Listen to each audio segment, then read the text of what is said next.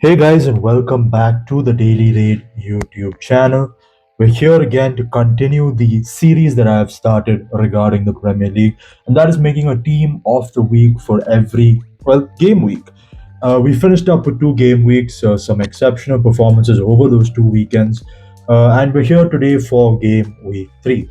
Currently, football is on an international break, so I decided to release this video slightly later. And yeah, let's get right into the thick of things. Uh, I've come to you guys again with a completely new formation, as has been the case in the last two videos as well. But for this game week, we're going for a 3-5-2. A very unconventional formation, especially by English standards. But I chose that formation primarily because I couldn't find any exceptional performances in particular positions. And as you guys will see as we continue with the video, there are certain players that would seem very out of position on the team as well. But that is neither here nor there. Let's get right into it. We'll start off with our goalkeeper. Now, when it came to the goalkeepers, I didn't really see any outstanding performances in between the sticks over the weekend, which is why I chose to go with the player who managed to get a clean sheet in a very high stakes game, and that is, of course, none other than Liverpool's Alisson. Alisson proved to be solid for Liverpool and in goal in their 1-0 victory over Arsenal. Considering their opponents were Arsenal, the fact that he managed to keep a clean sheet in and of itself should be noteworthy, especially after the thrashing Arsenal gave Leeds over the last, I mean, in game week 2, 5-0, which is insane. But yeah, Allison managed to keep a clean sheet, managed to make sure Arsenal didn't get one over them in Anfield.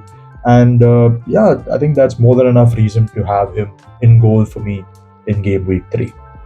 Let's go to the defense now. The defense, like I said, is three at the back. We've got two players in this defense from the same team, actually. So we'll start off with those two players. The first is Crystal Palace's Maxence Lacroix. Lacroix was huge for Crystal Palace in their 3-0 victory over Aston Villa. Not only did he bag an assist, but he also managed to get in three defensive contributions. Crystal Palace was one of those teams that I wasn't expecting to have a sensational season, but over the last three game weeks, they are slowly getting into the rhythm of things and could potentially end the season once again in a European spot. And I think a lot of that will hinge on the performances of a guy like Lacroix. Lacroix is a part of a very key two-man defense, I believe. The other man, of course, being the second centre back that we have on this team. I'm, of course, talking about the captain of Crystal Palace, Mark Guehi. Guehi was exceptional. I keep using this word. Every player on this list is exceptional, but Guehi was really, really good against Aston Villa. A lot of people thought that by the end of the weekend he would be in a Liverpool jersey, but unfortunately, the Eagles couldn't find a proper replacement for him, so they had to bring him back, or at least had to cancel the transfer to Anfield. And Guehi, the consummate professional that he is, doesn't seem to letting that bother him, and well, is going on with at least another season in the I believe clarinet blue and red of Crystal Palace. But that's neither here nor there. Let's get into the performance against Aston Villa. Like I said, uh, great game. He got himself 9 defensive contributions, much like Maxence Lacroix, his teammate, and he got himself one goal. That goal was incredible. I believe he was coming from the it came from the right hand side of the pitch. He just curled it in ever so slowly. It looked to be moving in slow motion and it went to the goal. It was a great goal to watch. John Philip Mateta was raving about it after the game. So yeah, Mark Gahey definitely deserves to be in this 11. And right there alongside Lacroix and Gahey is a man from Bournemouth. I'm talking about Marco Senesi. Senesi defensively had an amazing game against a very attacking Tottenham Hotspur's team. A lot of people heading into this game thought it would be an easy victory for Tottenham, especially considering it was coming off a 2-0 victory in the Etihad in game week 2. But Bournemouth stayed resolute and managed to eke out a 1-0 victory over the Spurs. And the reason for the victory could be put down to the performance of Marco Senesi. Senesi had one assist. He gave the assist to Tavernier, who won the game for Bournemouth. But he also had, which is more important, 14 defensive contributions. Senesi, over the past 2 3 years that he's been with Bournemouth, has always been in the top of the charts of Premier League players who have a lot of blocks, a lot of interceptions, and a lot of tackles. And well, he lived up to those expectations and those statistics today against Spurs. I mean, not today, a couple of days ago against Spurs with 14 defensive contributions, and he rounds off a very solid defense. Let's go on to the midfield. The midfield is a little interesting. Like I said, we're playing five men in the midfield. We've got a right midfielder, a left midfielder, who traditionally should be right wing backs and left wing backs, but I've made them midfield positions primarily because of the people that I've selected in those roles. We start off with the right mid. I couldn't really find any great performances in right back or right wing that made me think, you know what, I can go for a more traditional formation or or a more conventional formation, unlike this 3-5-2. And as you guys will see, the guy I've selected to play that right midfield role is also an unconventional selection because I've gone with United's Brian Mbuemo. Mbuemo, well, let's start off with United. United didn't have a great game against Burnley. Yes, we won, but it shouldn't have been as difficult as it was. Uh, Fortunately, we had a solid attack. We created so many chances. I believe we had 25 shots on goal, and most of those chances were created by Brian Mbuemo. Mbuemo was huge for us in an attacking sense after Cunha had gone off, and he managed to bag himself a goal. He had an XG of 0.66, which is not great by any means, but not bad either. And yeah, he's just the best option of a very average bunch, and that's why he makes that he slots into that right midfield spot for me. At left midfield, I've gone for a guy I contemplated actually putting in my team last week. Uh, Cody Gakpo actually got into that team ahead of him. I am talking about Everton's Jack Grealish. Grealish has started 2 games for Everton and he has bagged 4 assists. Against Wolves, he bagged 2 assists again, and he was the heart of the attack for Everton. He was making passes, making plays, taking shots on goal, and in the process of 90 minutes, he managed to get himself another 2 assists. And he rightfully makes this team. This Everton team is proving to be a potential surprise package in this 25-26 season, and it wouldn't surprise me if David Moyes' team is in the top 10 by the end of it all. And it will primarily be because they've got a guy like Jack Grealish on the team. He's really putting in some revolutionary performances, especially after the hard times he's had with Man City. Hopefully, he can continue this fine form. I hope this is not me jinxing him very early on in the season. But yeah, Jack Grealish, 2 assists, great game for him against Wolves. That's why he makes the team. From the right midfield to left midfield, let's move on to our three central midfielders. We'll start off with a man from Chelsea first, the man who bagged himself a goal and an assist. He captained the team against Fulham. I'm talking about Enzo Fernandez. I'm not exactly the biggest Enzo Fernandez fan. I know that's a huge thing for me because the reason why I don't like him is his attitude, and I have Bruno Fernandez and Manchester United, but that's a discussion for another time. But Fernandez, solid performance against Fulham. He got himself an assist. He assisted the first goal for Chelsea in that game. Later on in the match, Chelsea got themselves a penalty. He stepped up, slotted it in. Good goal, good clean penalty. Uh, a goal and assist is the reason he makes this team.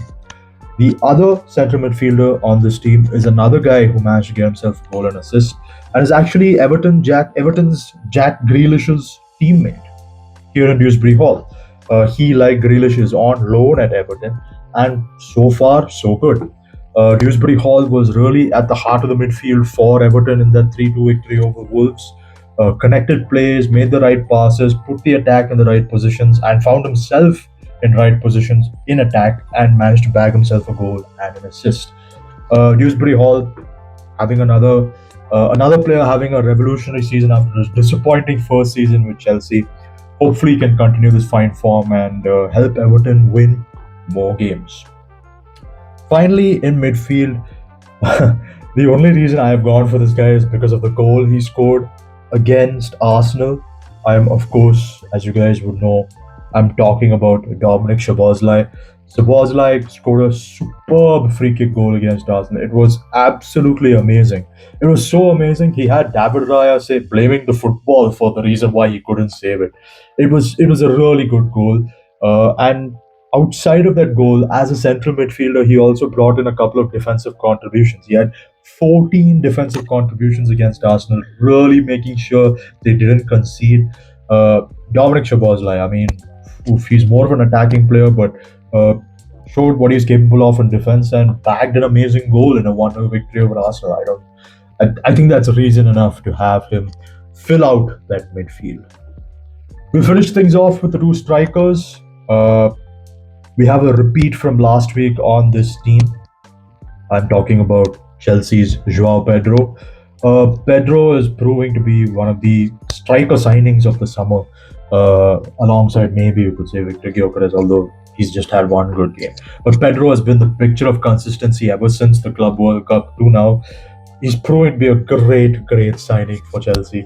And they got it from, of course, their feeder club, Brighton, which is annoying in its own way. But Pedro, 70 million euros, I believe, money well spent so far. Got himself a goal, was a threat throughout that match against Fulham as he was in the previous week against West Ham.